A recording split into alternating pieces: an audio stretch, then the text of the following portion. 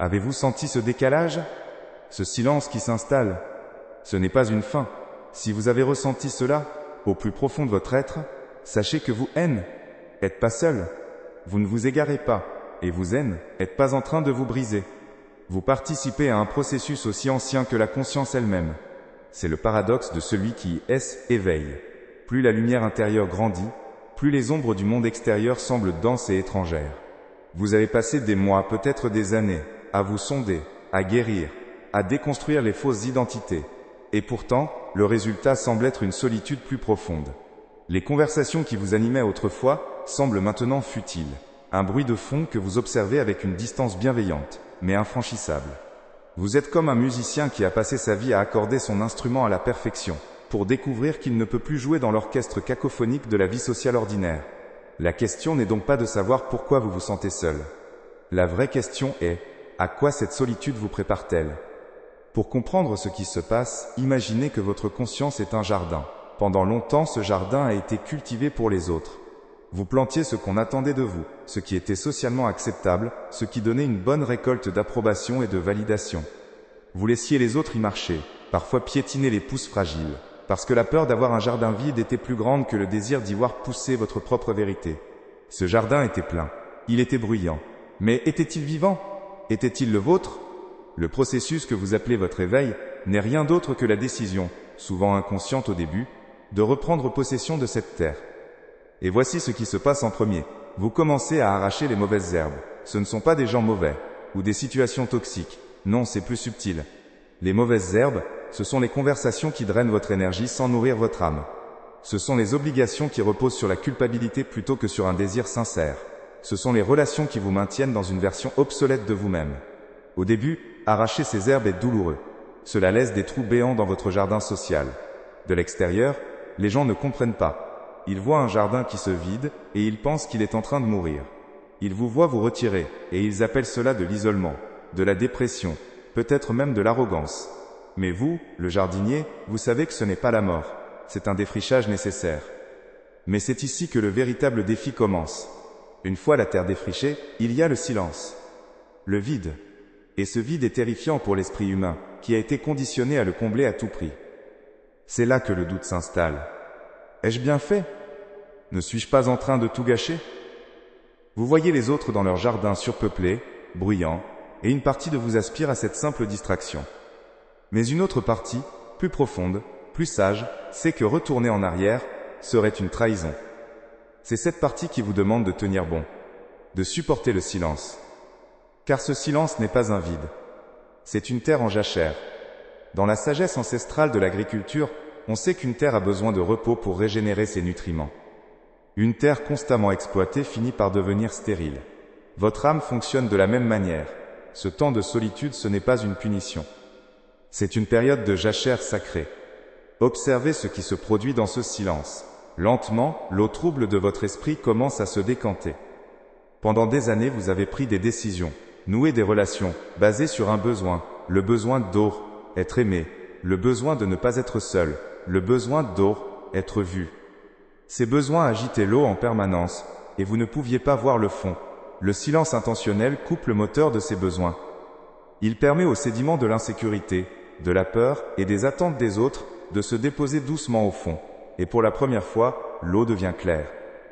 Vous commencez à voir ce que vous voulez vraiment, non pas ce que vous croyez devoir vouloir. Vous commencez à sentir ce qui résonne avec votre fréquence la plus pure, et non plus ce qui est simplement disponible ou bruyant. Ce n'est pas un processus intellectuel. C'est une connaissance qui émerge du corps, du cœur. C'est le discernement à son niveau le plus organique. Et c'est là que la dynamique de vos relations se transforme radicalement. Avant, vous cherchiez la connexion. Vous alliez vers le monde, en quête de quelque chose ou de quelqu'un pour remplir votre jardin. Maintenant, vous cessez de chercher. Vous vous contentez de cultiver. Vous prenez soin de votre terre. Vous l'enrichissez de ce qui vous nourrit vraiment. La lecture, la nature, la créativité, la contemplation. Vous ne construisez pas des murs pour vous protéger du monde. Vous cultivez un sol si spécifique, si riche de votre propre essence, qu'il ne peut plus accueillir n'importe quelle graine. Seules les graines qui sont compatibles avec ce terroir unique peuvent y germer. La connexion ne devient plus une quête, mais une conséquence. Les gens et les expériences qui entrent dans votre vie ne sont plus attirés par votre besoin, mais par votre résonance. Ils ne viennent pas combler un vide, ils viennent célébrer une plénitude. C'est la différence entre mendier de l'attention et devenir un phare qui guide silencieusement les navires alignés. Mais voici la chose magnifique, et peut-être la plus difficile à accepter. Votre jardin n'est pas destiné à être un parc public. Il est peut-être destiné à n'accueillir que quelques arbres majestueux, plutôt qu'une foule de buissons éphémères. Éveil spirituel ne mène pas toujours à plus de relations, mais toujours à des relations plus vraies. Il vous demande de faire le deuil de la quantité au profit de la qualité. Il vous demande de trouver du réconfort dans votre propre compagnie, de devenir votre propre lieu sacré. Les anciens sages qui partaient dans le désert ou au sommet des montagnes ne haïssaient pas l'humanité. Ils avaient compris que pour entendre la voix subtile de la vérité, il fallait d'abord faire taire le vacarme du monde, votre solitude et votre désert. C'est votre sommet de montagne, c'est l'espace sacré où vous pouvez enfin entendre votre propre voix, sans interférence. Alors si vous êtes dans cette phase de retrait, de silence, de jachère, respirez. Donnez-vous la permission de ne pas être disponible pour ce qui vous épuise. Donnez-vous la permission de laisser votre terre se reposer, même si cela semble improductif aux yeux du monde. Vous n'êtes pas en train de disparaître. Vous êtes en train de prendre racine. La connexion la plus profonde que vous cherchez ne se trouve pas à l'extérieur, dans une autre personne ou un autre groupe.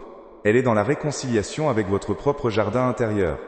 Cessez de chercher des fleurs dans les jardins des autres et concentrez-vous sur la qualité de votre propre sol. Votre silence n'est pas un échec. C'est le son de la terre qui se prépare, riche et sombre, attendant patiemment la pluie. Et lorsque les bonnes graines arriveront, portées par le vent de la synchronicité, elles ne trouveront pas un vide à combler, mais un royaume prêt à les accueillir. Et si cette solitude était un signe? Pas un signe d'échec, mais la première preuve de votre réussite. Si vous avez déjà ressenti cette distance, ce décalage étrange où les conversations qui vous animaient autrefois ne sont plus qu'un bruit de fond, sachez que vous n'êtes pas seul. Vous n'êtes pas en train de vous briser. Vous n'êtes pas en train de vous égarer. Au contraire, vous êtes en train de vous accorder à une nouvelle fréquence, plus juste, plus vraie. C'est le grand paradoxe de celui qui cesse, éveille.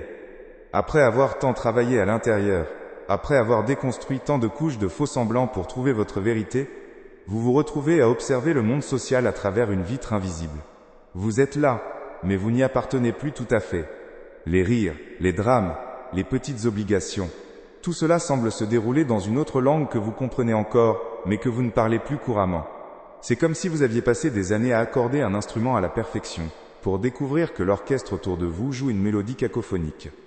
Vous ne pouvez plus jouer avec eux, non par arrogance, mais par intégrité musicale. Le silence qui en résulte n'est pas une absence, c'est une pause délibérée. Un espace sacré qui se crée entre les notes. La question n'est donc plus de savoir pourquoi vous vous sentez seul. La vraie question est, à quelle symphonie silencieuse cette solitude est-elle en train de vous préparer? Pour comprendre ce qui se passe, imaginez un instant. Votre conscience est un jardin. Pendant très longtemps, ce jardin a été cultivé pour les autres. Vous y plantiez ce que l'on attendait de vous, ce qui était socialement acceptable, ce qui vous assurait une bonne récolte d'approbation et de validation. Vous laissiez les autres y marcher, parfois même piétiner les jeunes pousses fragiles, parce que la peur d'avoir un jardin vide était plus grande que le désir d'y voir pousser votre propre vérité. Ce jardin était plein, il était bruyant, mais était-il vraiment vivant? Était-il le vôtre?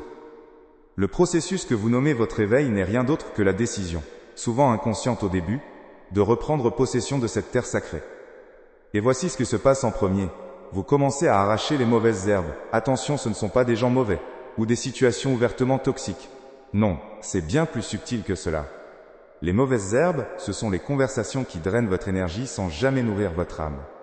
Ce sont ces obligations qui reposent sur un sentiment de culpabilité, plutôt que sur un désir sincère de partager. Ce sont ces relations qui vous maintiennent prisonnier d'une version obsolète de vous-même, une version avec laquelle vous êtes plus en accord. Au début, arracher ces herbes est douloureux. Cela laisse des trous béants dans le paysage de votre jardin social. Je me souviens d'un homme, un avocat brillant, dont le jardin était rempli de dîners d'affaires et d'événements de réseautage. Il était admiré, entouré, mais son âme était aride. Le jour où il a commencé à décliner ses invitations pour passer ses soirées à lire de la poésie ou à marcher en forêt, son monde s'est effondré. Pas le sien, mais celui que les autres avaient construit pour lui. Observez ce qui se produit alors. De l'extérieur, les gens ne comprennent pas. Ils voient un jardin qui se vide et ils pensent qu'il est en train de mourir. Ils vous voient vous retirer et ils appellent cela de l'isolement, de la dépression, peut-être même de l'arrogance. Il a changé, disent-ils, avec une pointe de regret ou de jugement.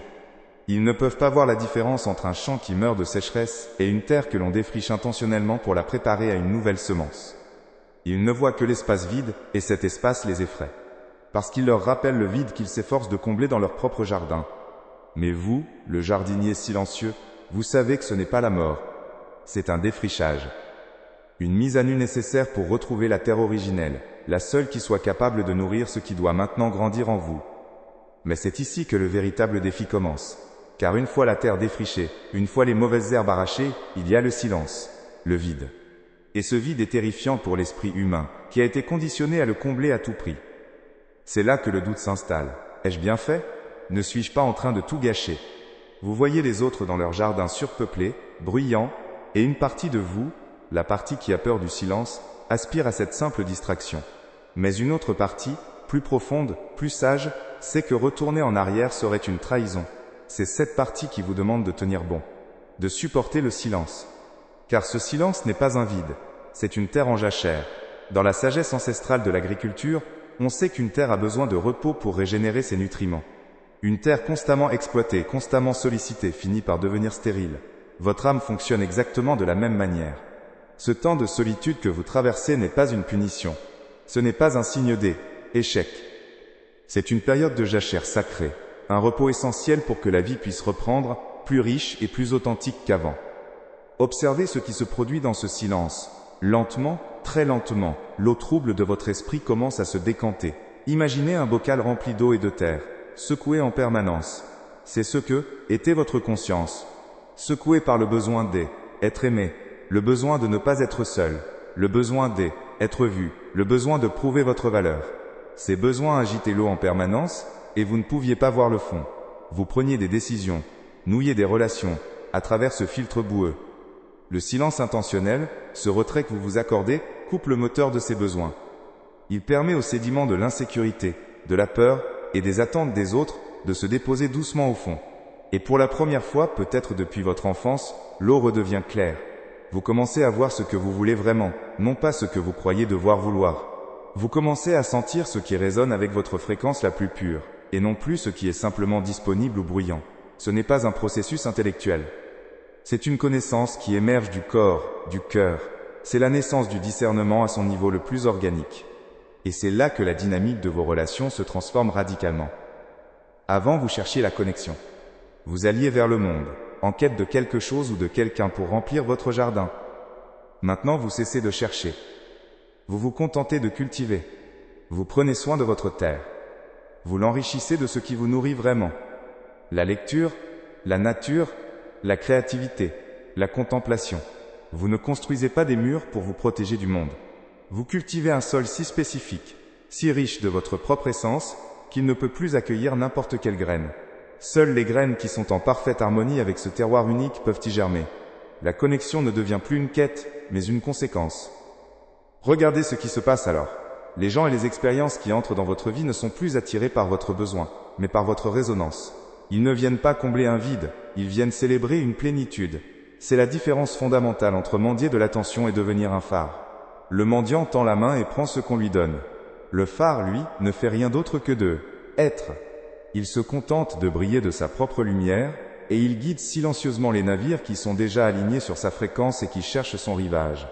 Votre travail n'est pas d'aller chercher les navires, votre travail est de prendre soin de la lumière.